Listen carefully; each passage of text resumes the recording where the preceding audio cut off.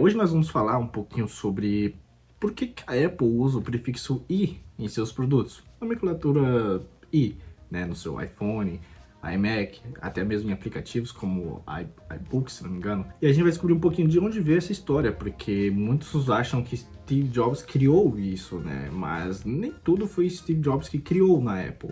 A gente geralmente hoje em dia tem muito desse culto à personalidade, que inclusive é o que eu acho que acaba muito com a sociedade hoje em dia, mas enfim, isso não é problema meu e isso pode ser um assunto para um outro vídeo. Nem tudo foi Steve Jobs que criou, entendeu? Então a gente vai conhecer um pouquinho dessa história, claro, tem dedo dele no meio, mas não é algo tão significante quanto a gente acha. Então a gente vai acompanhar agora um pouquinho da história, um pouquinho dessa nomenclatura e ver como é curioso e o que significa essa letra I antes dos nomes dos seus produtos. Vamos lá? Uma das características mais icônicas dos produtos da Apple é o I minúsculo incluso em seus nomes, do iMac ao iPhone. E a empresa usou essa carta com tanta frequência nos últimos 20 anos que quase levamos como certo, e esquecendo de por que estava lá desde o começo. Mas muitas pessoas que não seguem a Apple de perto se perguntam por que o I minúsculo é tão usado em seus produtos. Tem algum significado especial ou ele significa algo, representa alguma coisa? A resposta para essa pergunta não é tão simples quanto parece.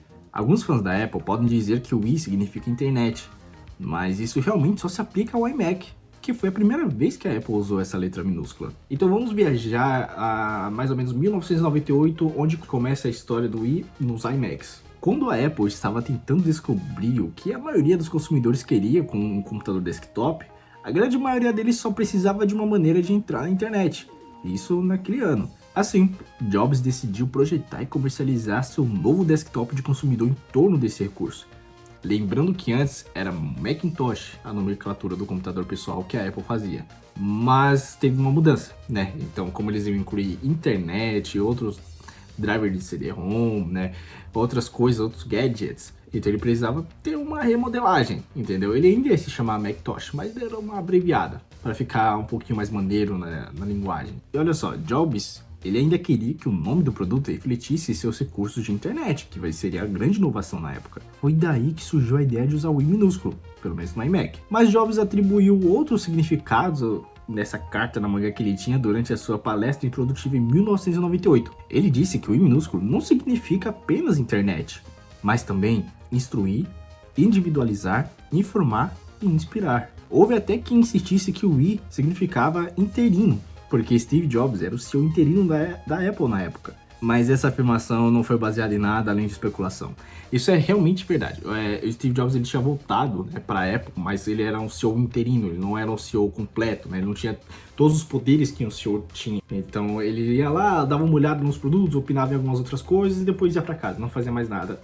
Fazia mais nada em trato, né? Ele trabalhava da casa dele, mas ele não falava. Então achavam que esse i no iMac era gente interino, que não faz muito sentido, mas naquela época eles queriam achar um motivo para essa nomenclatura tão esquisitinha, sabe? Mas ao mesmo tempo gostoso de falar.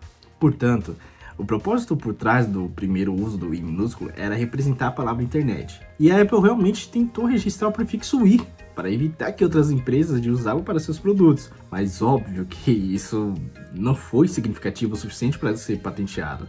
É muito esquisito você conseguir patentear, por exemplo, uma letra, né, tipo i. O que você vai patentear no i? Ou seja, outras empresas podem tá usando a nomenclatura aí, tipo, ai Alexa, sei lá, ai garrafa, ai qualquer coisa. Não é algo significativo que você possa estar patenteando, entendeu? Mas a Apple tentou fazer isso, ela chegou a apresentar a patente dela, né, no escritório de patentes dos Estados Unidos, mas óbvio que isso não foi pra frente. Então existem, por exemplo, outras empresas, existem até empresas, por isso que a gente vê também assessorias técnicas que tem o nome i também na frente. Quer dizer, antes do nome, né, tipo, tem uma assistência também, eu não vou me lembrar agora, mas existem assistências técnicas também. Embora os diferentes nomes dos produtos da Apple, que incluem o i minúsculo, podem ser marcas registradas, e certamente são. E só para deixar claro, obviamente o nome iPhone ele é patenteado, entendeu? Isso já é patenteado, tipo, iBooks é patenteado, iTunes é patenteado. O nome em si, ele pode ser patenteado, é uma marca, né? Mas não uma letra sozinha, você não pode patentear isso. Mas olha só, parece que essa carta na manga que usaram por tanto tempo está lentamente sendo eliminada.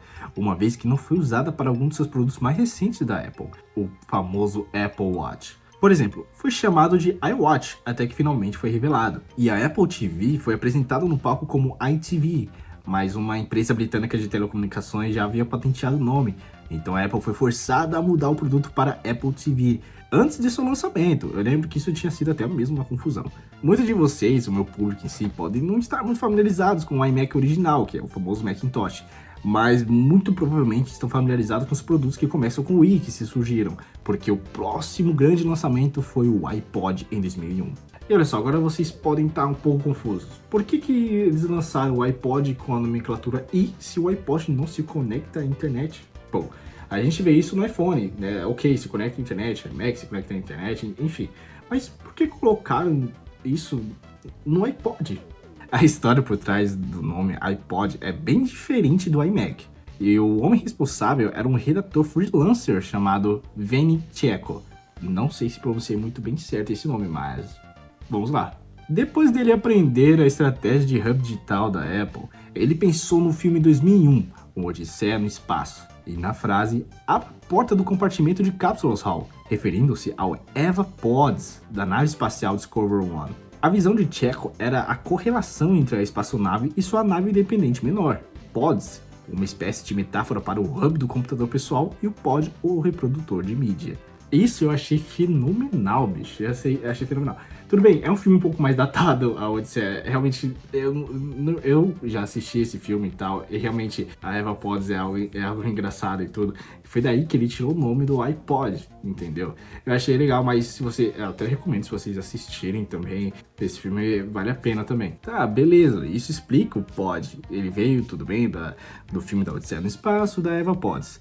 Mas de onde veio o famoso i? E a melhor resposta que temos hoje é que o i minúsculo foi usado como um simples identificador de marca. Olha, na verdade não significa nada. Lembre-se que o iBook, o iMovie e o iTunes foram lançados antes do iPod. Portanto, o prefixo i já havia se tornado uma associação estabelecida de marca da Apple por esse tempo. Mas houve um probleminha quando descobriram que o nome iPod era uma marca registrada e já estava sendo usado por outros produtos na internet. As demos do iPod foram demonstradas em New Jersey em março de 1998, mas tem um porém, elas só começaram a ser produzidas comercialmente nos anos 2000, ou seja, tiveram 2 anos para estar registrando essa marca. Mas o nome acabou sendo descontinuado em 2001, o que significou que a marca estava livre para ser usada por outra empresa.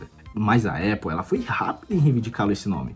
E olha só, ele foi oficialmente registrado pela US Patent and Trademark Office em novembro de 2003. E foi então atribuído à Apple Computer em 2005. Mas agora a gente chegou naquela marca, naquele produto que quase todo mundo já pegou nele, assim, desde o Brasil até a Austrália, Japão, África, Arábia, todos conhecem o famoso iPhone. A essa altura, você pode presumir que os novos produtos da Apple basicamente se autodenominam. Parece bastante óbvio que um celular da Apple se chamaria iPhone, mas esse não era o caso não, viu? Porque a Apple considerou muitos outros nomes para o seu smartphone. Alguns deles sendo Telepod, Mob e Tripod. Chega a ser até engraçado. Agora o Telepod ele foi considerado porque soava como uma reviravolta futurista na palavra telefone, enquanto Mob era simplesmente uma visão abreviada da palavra mobile. E finalmente o Tripod, ele realmente foi o que mais levou consideração popular na empresa para escolher esse nome. E há realmente uma boa razão para isso, viu? Por mais que esse nome possa soar até maneirinho. Veja bem, a Apple ela apresentou o iPhone como 3 produtos diferentes.